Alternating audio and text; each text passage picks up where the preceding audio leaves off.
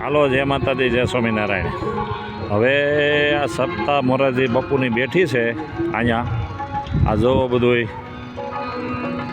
આયોજન છે, બહુ સરસ.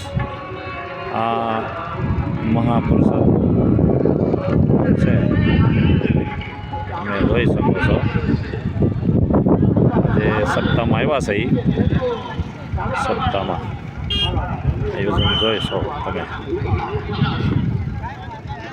સપ્તાહમાં છે એ બધા ડાયરો જુઓ. આમાં કાંઈ ઘટે એમ નથી ભાઈ.